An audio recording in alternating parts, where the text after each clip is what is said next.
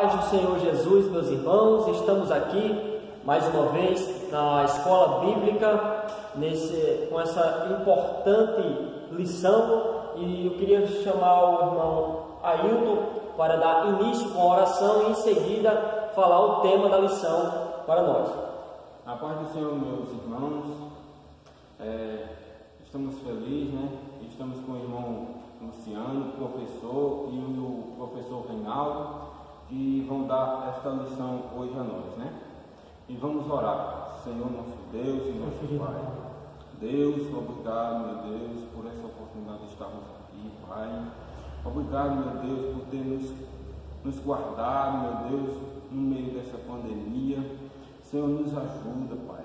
Nos dá, Pai, conhecimento do céu. Nos guia, meu Deus, para que, Pai, esse ensino também venha falar com o Teu povo, Pai, em nome de Jesus. Amém. Irmãos, estamos com a lição número 3, que tem por título Eleição e Predestinação. O texto-alvo, como também nos elegeu nele, antes da fundação do mundo, para que fôssemos santos e irrepreensíveis diante dele em amor, e nos predestinou para filhos de adoção por Jesus Cristo, para si mesmo, segundo o beneplácito de sua vontade. Está em Efésios capítulo 1, versículo 4 e 5, verdade e prática. Segundo a sua presciência, Deus elegeu e predestinou para a salvação os que criam e perseverariam na fé em Jesus Cristo. Amém. Nosso irmão Luciano está com a oportunidade. Graças a Deus, vamos dar prosseguimento à lição e vamos para o primeiro tópico, que é eleitos para uma vida santa e irrepreensível. O título desse tópico é muito importante para nós, porque é muito chamativo. Nós vamos aprender aqui sobre a eleição divina, é o primeiro subtópico. E o que é eleição? Eleição traz a ideia de escolha, e aos Efésios, Paulo menciona 3 aspectos desta eleição. E primeiro aspecto, em quem fomos escolhidos? E a resposta é em Cristo. Então essa eleição ela é cristocêntrica. Em que tempo se deu essa escolha? O tempo é dito como antes da fundação do mundo. E qual a finalidade?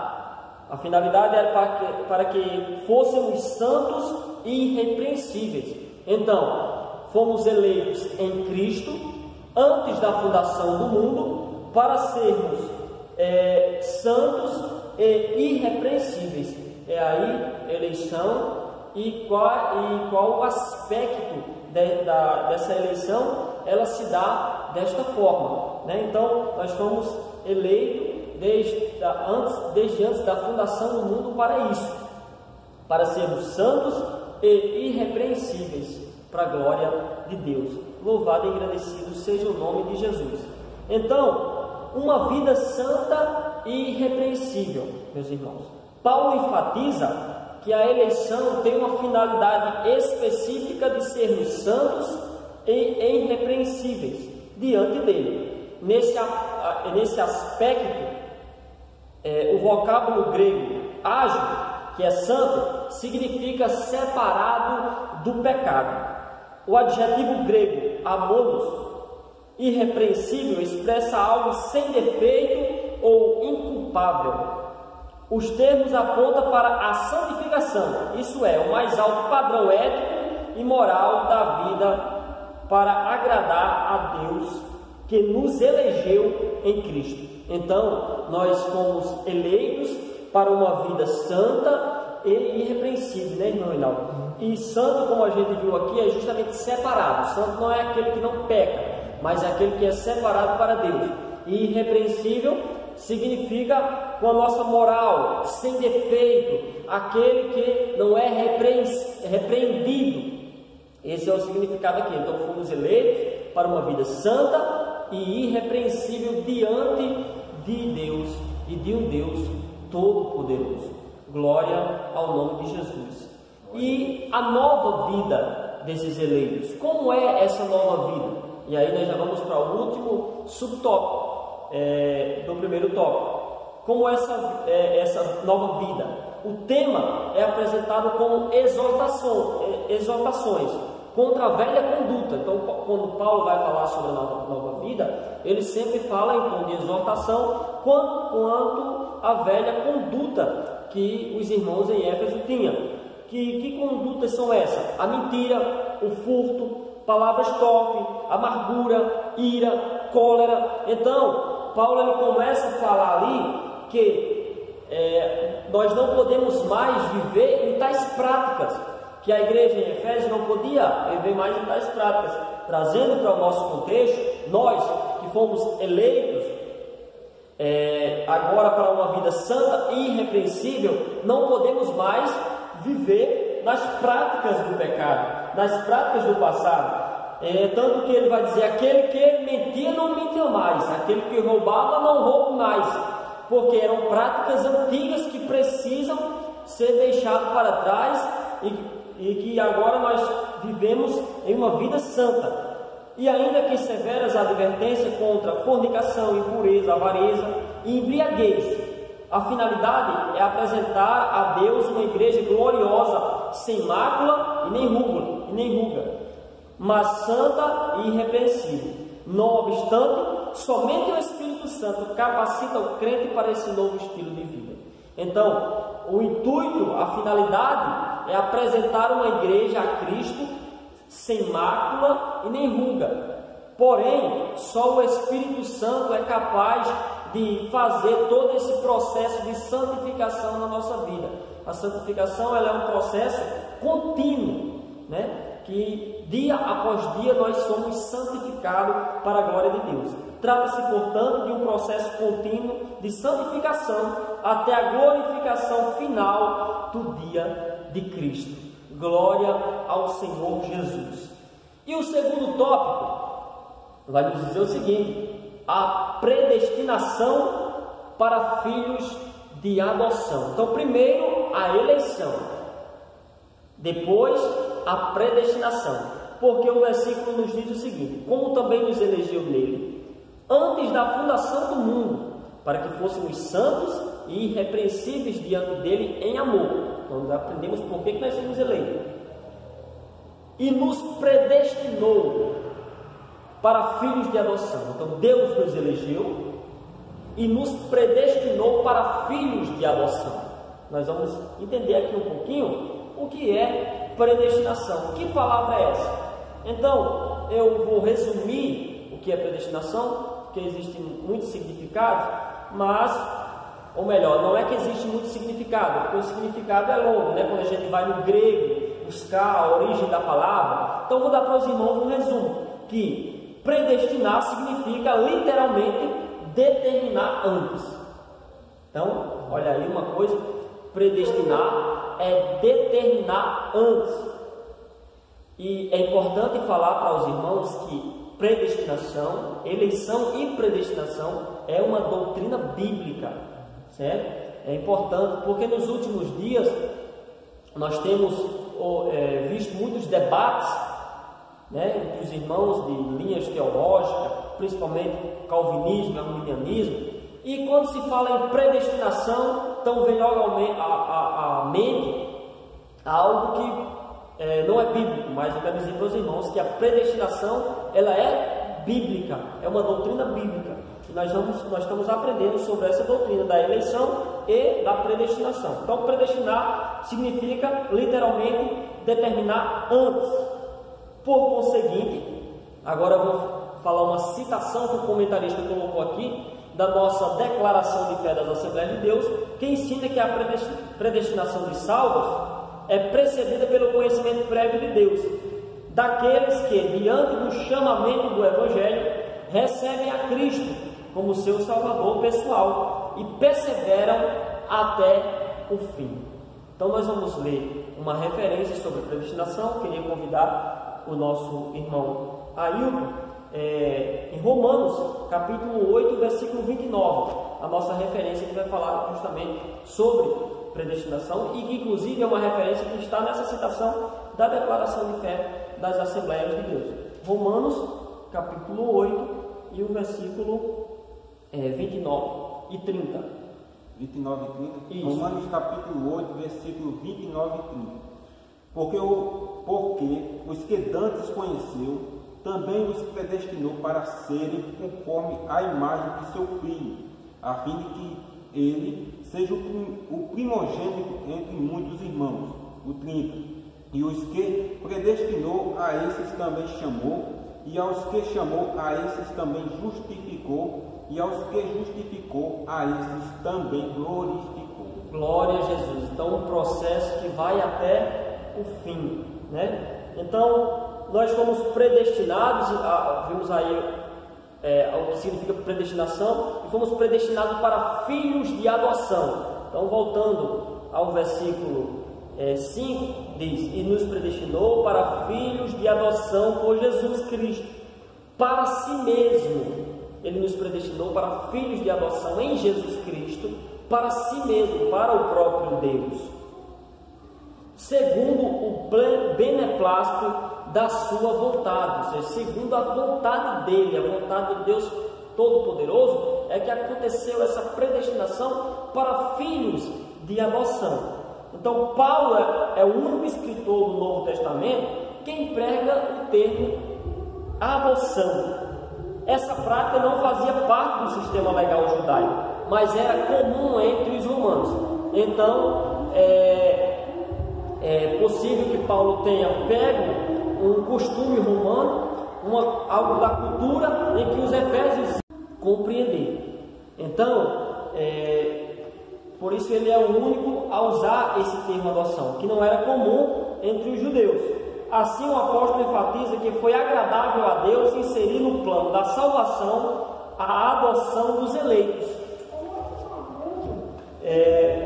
como beneplácito da sua vontade. Ele ainda ensina que o amor foi o que moveu o Pai a nos adotar. Se no outro tempo éramos estranhos e inimigos de Deus, agora estamos reconciliados com Ele em Cristo e somos seus filhos.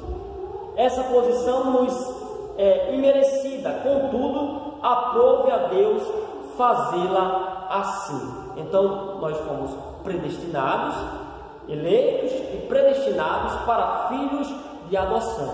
Nós que antes éramos inimigos de Deus, agora reconciliados através de Cristo, somos filhos por adoção. E é importante mencionar que o filho adotado, ele tinha, inclusive hoje tem legalmente os mesmos direitos de um filho legítimo, vamos dizer que tem o mesmo sangue. Então, o filho que é adotado, que é registrado, ele tem o mesmo direito ao quê? Ao nome e à herança também. Então, é por isso aí que a gente já entra no privilégio da adoção. Irmão Luciano, vamos sentir o seguinte, que até Jesus Cristo, no momento em que ele era adotado, se dizia: olha o filho do carpinteiro, olha o filho de Deus, que é filho de José. Então, se você prestar atenção, a importância que tem da adoção, né? O próprio Cristo, ele era, quando as pessoas se referiam a ele, se referiam como um filho olha o filho de José. Isso. Então, essa é a importância. Outro aspecto importante em relação à eleição e à predestinação, que a eleição ela é uma escolha exclusiva de Deus. E a predestinação é como se fosse uma perseverança dessa escolha. Por isso que tem uma concepção aí que diz, uma concepção errada, falseada, de que o quê? Que a predestinação, uma pessoa, você pode ter dupla predestinação, ou seja, Deus pode condenar e pode salvar. Deus pode dizer: olha, você não aceitou Jesus Cristo como seu Salvador, você está salvo. Você não aceitou, você está condenado. Você quer dizer, você aceitou, está salvo, não aceitou, está condenado. Essa dupla predestinação ela é falseada. E também tem outra concepção, que é a concepção aquela fatal, que diz: se você não for, você já está condenado. Não é não. Por quê? Porque Deus nos escolheu Deus escolheu a todos.